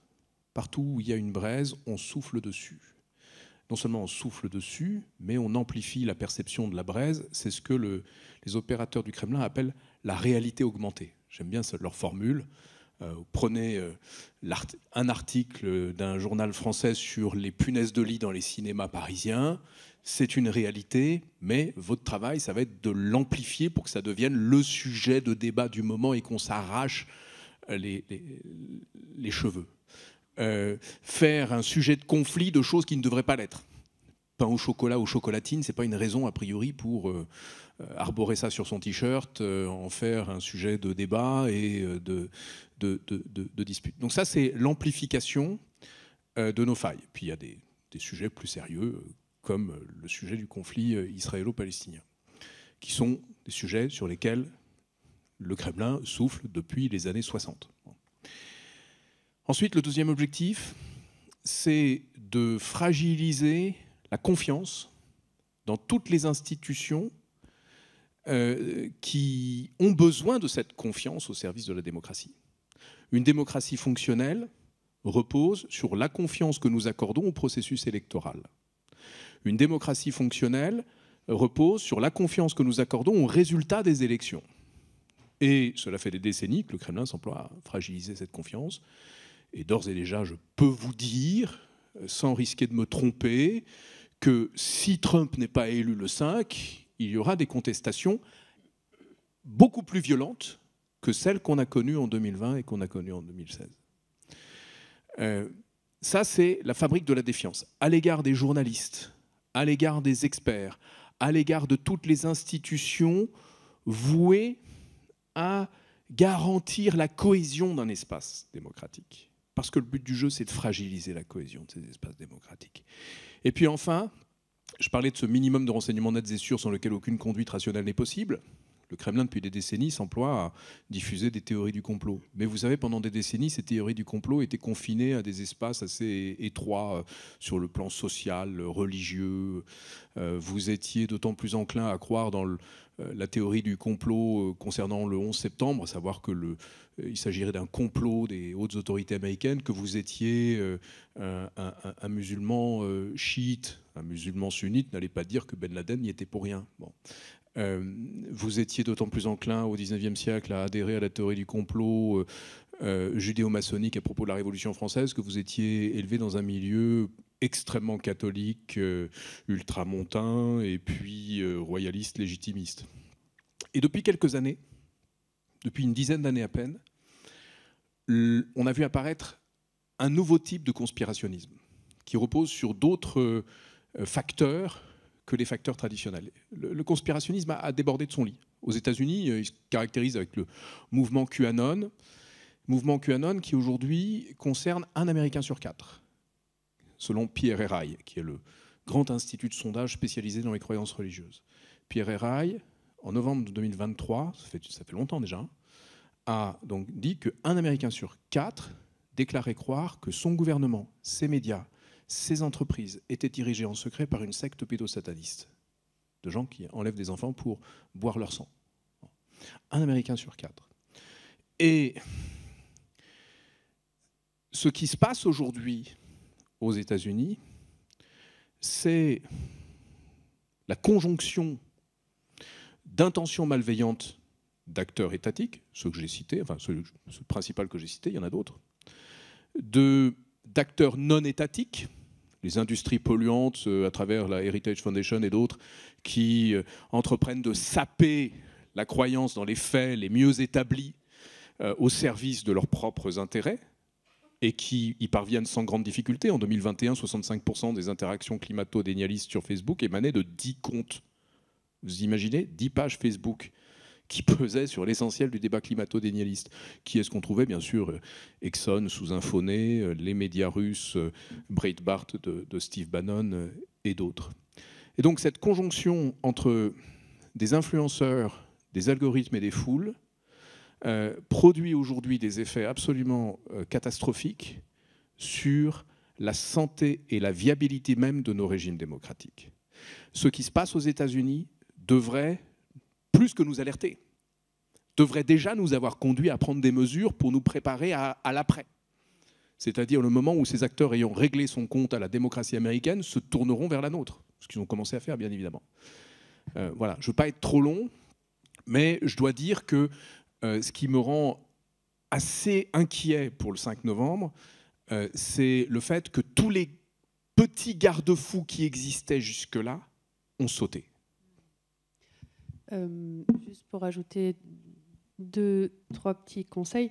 Vous pouvez lire le livre de Foucard, Aurel et Laurence qui s'appelle Les gardiens de la raison. Ça peut vous intéresser justement sur cette conjonction entre influenceurs, algorithmes et foule. C'est assez bien fait. Et le chercheur David Chavalarias a aussi beaucoup étudié la manière dont certains comptes sont passés de comptes anti-vaccins pendant le Covid à maintenant des comptes ouvertement climato-dénialistes. La Fondation Descartes aussi suit beaucoup ces questions, ils font des rapports intéressants. Et après, il y a la série, alors sur Canal+, La Fièvre, mais qui met bien ça en scène, c'était assez intéressant.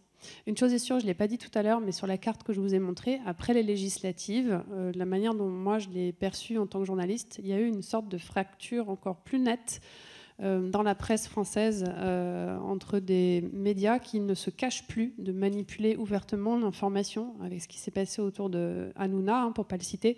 On s'était dit avec Natacha qu'il fallait qu'on fasse une marée noire à partir du pack Bolloré pour montrer à quel point il y avait quelque chose qui était en train d'infuser de manière assez malsaine et très toxique. On n'a pas eu le temps de le faire, mais c'était une façon imagée de signifier ce qu'on a pu ressentir avec du coup des médias indépendants qui sont en train de s'allier pour essayer de faire front, mais qui sont bien petits par rapport aux forces d'argent qu'il y a en face. Et ça, vraiment, cette question financière, elle est cruciale aujourd'hui.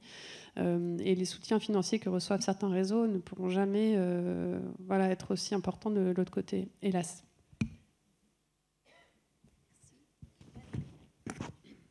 Pardon, il y a une main levée où ? J'ai une question et une remarque. Une question pour Anne-Sophie. Est-ce que vous pourriez développer la partie sur la disparition des médias locaux et l'impact sur les votes et la représentation du monde ? Et une remarque, question pour Marc. Vous avez parlé de cette idée d'inventer une instance internationale type l'AIFM pour l'esprit. Et ça me semble très intéressant. Mais ça fait écho à un documentaire qui a été projeté ici jeudi, Deep Rising, sur le deep mining et qui met très très bien en valeur le gros problème de l'AIFM, qui est le conflit d'intérêts, où d'un côté, ils doivent en même temps protéger les océans et en même temps donner les droits d'exploitation et les droits miniers. Donc, comment fait-on dans ce cadre-là ? Merci. Oui, je pense même que David aura peut-être des choses aussi à dire sur cette question, parce que sur la disparition des médias locaux, alors j'ai plus en tête le nom de l'étude qui a été faite il y a déjà quelques années, mais c'était aux États-Unis, où cette notion de désert informationnel est documentée, chiffrée, et on a montré que la disparition d'un média local fait qu'on va s'informer plutôt sur des médias d'audience nationale. Et du coup, on se coupe de la réalité de ce qui se passe à côté de chez soi, et on va du coup baser ses votes sur une représentation idéologique faite par le national et pas du tout en lien avec ce qui se passe en local. Oui. Je voulais juste ajouter un petit point sur les déserts informationnels. Aux États-Unis, il y a aujourd'hui 1250 sites internet d'authentiques médias locaux. Il y a davantage de faux sites internet, de faux médias locaux. Pourquoi ? Parce que ce vide médiatique est comblé par des acteurs malveillants, qui pour l'essentiel d'ailleurs aux États-Unis sont des acteurs libertariens, des acteurs climato-dénialistes, qui viennent créer des faux médias qui se présentent comme des médias locaux et qui agissent sur les perceptions. C'est aussi une stratégie qui est menée par le Kremlin. Et j'ai travaillé cette année avec l'OCDE. Une des recommandations fortes qui est faite, c'est de soutenir partout où c'est possible les médias locaux, parce que leur disparition est un danger majeur pour nos démocraties. C'est bien un truc que l'IA ne pourra pas faire, c'est aller sur le terrain, en tout cas je l'espère, et du coup ça doit aussi nous pousser, alors malgré toutes les choses qu'on peut dire sur l'IA, mais ça doit nous pousser, nous journalistes, à être encore plus sur le terrain et à pouvoir relayer. Après, pour exister en ligne, on a d'autres défis, mais moi je crois qu'un des renouveaux, là où c'est un bastion en fait, où il faut vraiment lutter. Moi, c'est pour ça que là, je vais lancer cette expérimentation, c'est me dire, je vais monter un média sur mon territoire à 1 heure de chez moi, tout simplement, pour pouvoir occuper aussi la place avec tout ce que ça implique, parce qu'il ne faut pas le nier. Mener de l'investigation en local, c'est aussi dangereux pour les journalistes. Et je parlais tout à l'heure de cette semaine, il y a la COP Média qui a été lancée, mais il y a aussi un autre réseau qui s'appelle l'OFALP, qui, là, va scruter toutes les atteintes faites à la liberté de presse. Et en local, journalistiquement, on est souvent empêché de mener des investigations. Donc on a d'autres défis qui se posent à cette échelle-là, avec des procédures bâillons ou des menaces très concrètes dont beaucoup peuvent parler et qui sont aussi inquiétantes. Donc on fait notre possible, mais il y a des choses à faire. Voilà. Mais après, en France, on a moins de désert informationnel. On a une presse locale qui est assez dynamique. Si ça vous intéresse, c'est l'Ouest Media Lab, basé à Nantes, qui organise le Festival de l'info locale, a lancé une cartographie de tous les médias locaux en France. Et Julien Kostrèche et l'équipe qui gère ça là-bas fait un très joli travail justement pour entretenir la création et la formation de médias locaux. Oui, merci pour la question sur l'AIFM. Je n'ai pas vu le documentaire en question, mais je suis bien conscient. Et en fait, c'est plus que des conflits d'intérêts. Il y a même un réel problème d'infiltration par l'industrie minière des autorités de l'AIFM. J'en parle d'ailleurs dans un livre précédent qui s'appelait « Le second âge de l'individu ». Donc, l'idée, c'est pas de copier l'AIFM, si vous voulez. L'idée, c'est de dire qu'on a là un modèle juridique, en fait. C'est ça qui m'a intéressé. On a, avec les fonds marins, un modèle juridique qui pourrait être applicable à l'esprit, en fait, avec une autorité dédiée et tout ce qui s'ensuit. Mais le modèle, en fait, j'aurais pu sans doute aussi parler des comités d'éthique, au fond. C'est plutôt ça le modèle, c'est-à-dire vraiment, vous voyez, discuter, réflexiviser, en fait. Ce qui aujourd'hui est accompli uniquement par le marché, par le fait accompli du marché. C'est ça l'idée. Et il me semblait, en revanche, ça maintenant j'y tiens, dans le fil de ma réflexion, si vous voulez, depuis des années sur ces questions, il me semblait qu'une déclaration de l'esprit humain comme patrimoine commun de l'humanité était un excellent outil juridique pour viser ce que je vise, c'est-à-dire la protection de l'esprit, au sens où il s'agit en quelque sorte d'ajouter un étage normatif. Vous voyez, en fait, c'est un cadre normatif nouveau, comme si vous voulez, les droits de l'homme sont un cadre normatif. Aujourd'hui, à mon avis, ils sont épuisés. En fait, on n'y arrive pas.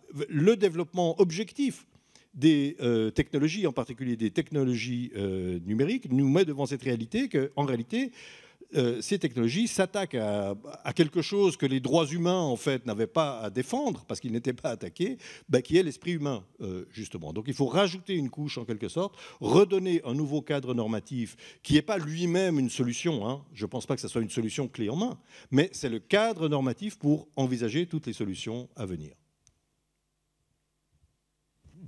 Merci beaucoup. D'autres Oui, monsieur. Ah, il y a monsieur et madame. Il y a 2 mains levées, là. Pardon ? D'accord. Ah oui, et il y a la dame aussi. Alors, 3 personnes. Alors, il ne nous reste plus que 10 minutes, donc on essaye de faire peut-être des réponses un peu plus courtes, concises. Monsieur. Vous n'avez pas de micro ? Ah. Vous aviez une question également ou pas ? Oui. Oula.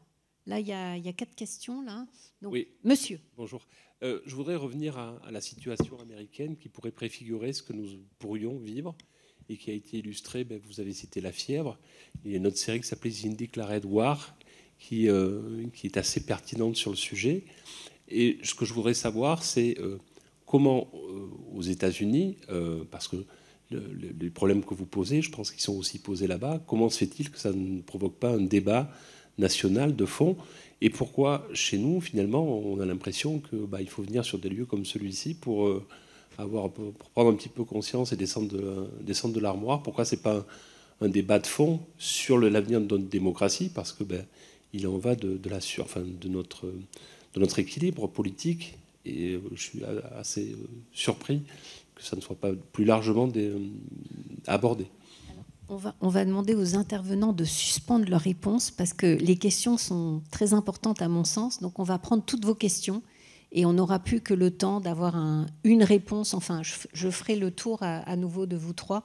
Vous pourrez répondre aux questions. Madame. Bonjour, merci. Face à l'omniprésence des réseaux sociaux et de la désinformation, avez-vous des solutions à proposer pour nous donner des raisons d'espérer? Merci. Oui, ça c'est une très belle question. Madame, on va prendre la madame et puis il y a aussi madame et puis voilà. C'est assez lié en fait aux questions des deux personnes auparavant. C'est un peu plutôt nous donner pour l'espoir, comme dit la madame, qui sont les garde-fous qui marchent peut-être mieux ici en France et lesquels ils sont partis aux États-Unis pour faire la comparaison. Et au niveau État aussi, au niveau collectif, mais sans avoir des abonnements, sans avoir à chercher au niveau local quelque chose de plus global, gouvernemental. Qu'est-ce qu'on pourrait faire ou qu'est-ce qui manque? Ok, merci. Et madame? Oui, alors moi je voulais voir aussi si vous connaissiez par exemple Monsieur Harari qui parle là de projets de hacking du cerveau humain, mais plutôt par des moyens biologiques en rentrant même dans le corps, hein, si c'est des choses que vous suivez, qui émanent du Forum économique mondial. Et parler aussi de... En fait là bon, on a eu aussi des messages anti-russes, anti-libertariens, etc. Mais parler aussi de la censure qui se développe beaucoup, et y compris dans les gros médias occidentaux, hein, tous les médias de milliardaires dont on parlait, là, ou du message unique. Et voilà, c'est quand même un grave problème dans nos démocraties, en Europe, la censure qui a été faite au niveau de Facebook sur des messages pendant la crise Covid. Et pareil, toujours revenir effectivement au réel, à des chiffres qui sont non trafiqués. Par exemple, pour comprendre aussi la crise Covid, regarder des chiffres de mortalité globale, ça c'est fiable. Et vraiment chercher l'information, payer l'information, effectivement. Voilà, c'est très compliqué, hein, et on a tous nos matrix différentes, hein, même y compris sur le plateau. Donc voilà. Merci. Merci. J'espère quand même les intervenants ont contribué quand même à répondre à un certain nombre de nos questions, mais peut-être un dernier mot. Donc je vous laisse répondre individuellement aux questions, peut-être répondre aussi avec ce message et cette question aussi qui allait être... il n'y aurait pas eu plus de questions, j'aurais posé cette question. En fait, c'est nos marges de manœuvre, notre espoir finalement, hein, si on avait quelque chose à dire, mais peut-être... En deux mots, aux États-Unis, la question de la lutte contre les manipulations de l'information a été politisée. C'est-à-dire, pour aller vite, que les républicains considèrent que quiconque lutte contre la manipulation ne lutte pas contre la manipulation, mais contre les idées républicaines. Et ça se traduit, étant donné que les républicains sont majoritaires au Congrès, par la fermeture de pratiquement toutes les instances chargées de lutter contre la manipulation de l'information. On n'en est pas là, mais il y a des signes inquiétants. Des attaques qui visent Reporters sans frontières, des attaques systématiques contre les fact-checkers, contre les journalistes qui luttent contre la manipulation. Des gens comme moi se prennent régulièrement des campagnes aussi, et c'est pas toujours très agréable. C'est systématique, c'est l'opération Overload du Kremlin, et ça vise à fragiliser notre résilience. Maintenant, en ce qui concerne les solutions, à différentes échelles, il faut considérer déjà que pas mal de choses ont été faites. Je ne vais pas insister là-dessus, je dirais juste que nous cherchons aujourd'hui les solutions les plus efficaces et rentables à court terme. Parce que la régulation, la proclamation de droits nouveaux, si elle n'est pas inscrite dans le concret immédiatement, ne produira pas assez rapidement les effets escomptés. Il faut vous représenter le fait que les sites non fiables générés par l'IA ont vu leur nombre multiplié par 22 depuis mai 23. Il faut vous représenter le fait que le recours à l'IA depuis mars dernier par des acteurs étatiques malveillants se traduit d'ores et déjà par la pollution systémique de nos moteurs de recherche, de nos IA génératives, au point que l'UNESCO a alerté sur le fait que la mémoire de la Shoah était aujourd'hui menacée mécaniquement par les effets induits de l'IA. Les Britanniques ont une formule que je trouve tout à fait parlante, garbage in, garbage out. Si vous saturez les espaces informationnels de faux, les systèmes qui restituent du savoir à partir d'une analyse statistique de ce qui est disponible vont mécaniquement restituer du faux. Donc il nous faut aujourd'hui rétablir la confiance dans des médias fiables, et la voie qui est préconisée par l'OCDE, par les États généraux de l'information, c'est la voie de la certification.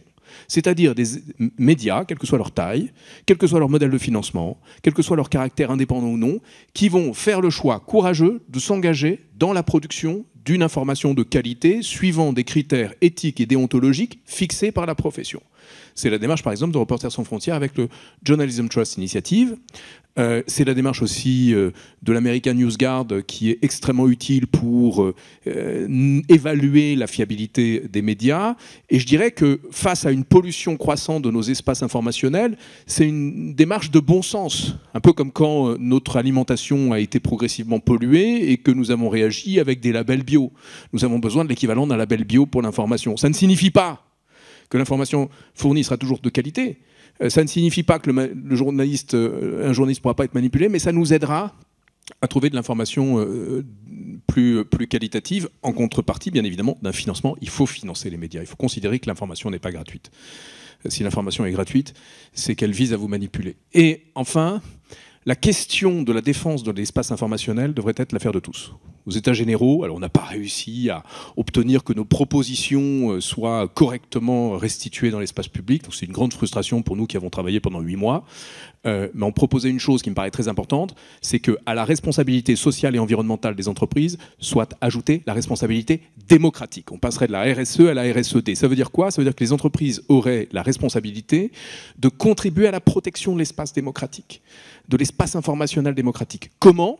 Il y a des mesures simples qu'elles peuvent faire. Pour commencer, elles peuvent cesser de recourir à la publicité algorithmique qui a pour effet de les conduire involontairement à financer de la désinformation, à hauteur de 2,6 milliards de dollars par an.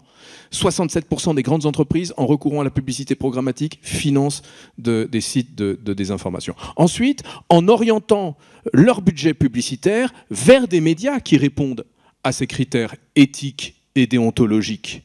Le choix d'un DIRCOM d'orienter vers un budget de pub vers tel ou tel média aujourd'hui n'est pas un choix éclairé par des critères déontologiques, mais parfois par des critères politiques. De quel droit est-ce qu'une grande entreprise va cesser de financer le paquebot Bolloré? Ça peut lui être reproché, ça peut devenir un sujet politique, mais si le critère, c'est le critère de la démarche éthique et déontologique, là ça change tout. Vous allez me dire, le média Bolloré peut alors s'engager dans une démarche de certification. Fort bien. Je doute que tous le fassent. Pour avoir écrit la biographie de Rupert Murdoch, je peux vous dire que la désinformation est une source inaltérable de revenus. Il existe des solutions à toutes les échelles. Elles supposent fondamentalement la mobilisation de la société civile. Je ne cesse de le dire, je l'ai dit à des militaires la semaine dernière, publiquement à Toulon, la question est trop grave pour être laissée à la seule appréciation de l'État et de nos armées. Cette question des manipulations de l'information. Elle nous concerne toutes et tous. Et donc, associations, entreprises, particuliers, nous devons nous mobiliser, chacun à notre échelle, comme les intervenants le font ici, pour protéger l'intégrité de nos espaces informationnels. Pardon, je vous ai répondu très longuement, mais vos questions sont très importantes. Je peux juste rebondir là-dessus, comme ça je conclus directement, parce que c'est là que devrait s'engager la vraie discussion entre nous. Je suis d'accord à peu près avec tout ce qui a été dit. Néanmoins, je pense que la voie de la certification, c'est vrai, ce serait un progrès, etc. Mais tout ça est extraordinairement insuffisant, en fait, parce que la certification, ça pourrait jouer éventuellement, ok, pour les informations, mais moi, ce que je dis, c'est que le champ de bataille, il est beaucoup plus large. C'est pour ça qu'on a besoin d'un nouveau cadre normatif. Vous voyez, il faut protéger l'esprit humain, pas juste le droit à une information juste. Voilà. Et donc, quand vous parlez de la pollution de l'environnement informationnel, vous voyez, en ce qui concerne les données, ça pose un réel problème. La publicité, d'ailleurs, est un bon exemple de ce que je veux dire, et vraiment j'arrête parce que de toute façon, c'est fini. Vous voyez, moi j'estime que la publicité omniprésente, sur tous les supports, partout, on interrompt les films, etc., etc., moi je trouve que c'est une pollution de l'esprit, véritablement. Et ça en fait, ça ne viole les droits de personne. Tout ça se fait dans la parfaite conformité au droit. Vous voyez, et là, c'est là que je dis, c'est pas en ajoutant un droit individuel qu'on va régler ce problème, c'est en changeant de paradigme, en disant, ok, on ne peut pas parler de droit individuel. En fait, tant qu'on parle de droit individuel, la pollution de l'esprit par la publicité continue de nous envahir. Donc, parlons au nom de l'esprit et protégeons l'esprit. Là, ça va complètement changer. Au nom de la protection de l'esprit, on pourra prendre beaucoup de mesures très concrètes contre la pollution publicitaire, par exemple. Alors moi, je vais faire ma pub de petite productrice d'information qui essaye d'agir à sa petite échelle. Et donc, j'ai écrit ce petit ouvrage qui accompagne la carte et la médiaventure, justement pour proposer des outils. Mieux s'informer, oui, c'est dans la collection Je passe à l'acte d'Actes Sud.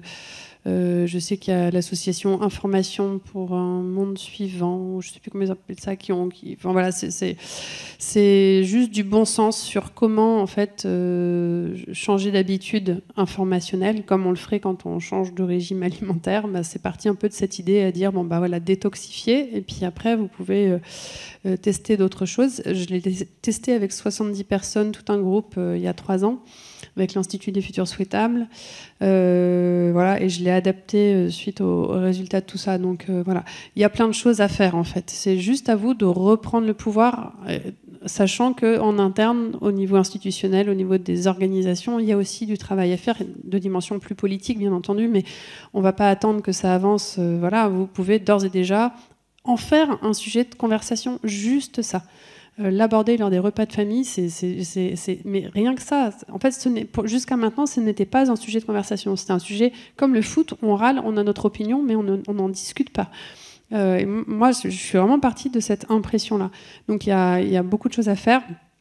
Après, pourquoi on ne l'aborde pas plus alors que c'est un sujet d'intérêt? Je n'ai pas la réponse. Je sais juste que dans d'autres pays que la France, on en fait un sujet de conversation. Je disais tout à l'heure, en Belgique, tout de suite, voilà, j'ai été invitée à plusieurs reprises pour parler de mes travaux.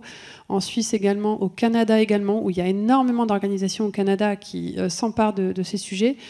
Aux États-Unis, parce que le contexte est encore particulier, mais en France, moi, j'ai eu l'impression d'avoir des portes fermées. On me disait, ça ne fait pas d'audience. Et cet argument-là me paraissait tellement décevant que du coup, alors c'était bien, parce qu'on a fait plein de projections au cinéma et du coup, plein de rencontres où on se voit en vrai, où on en parle.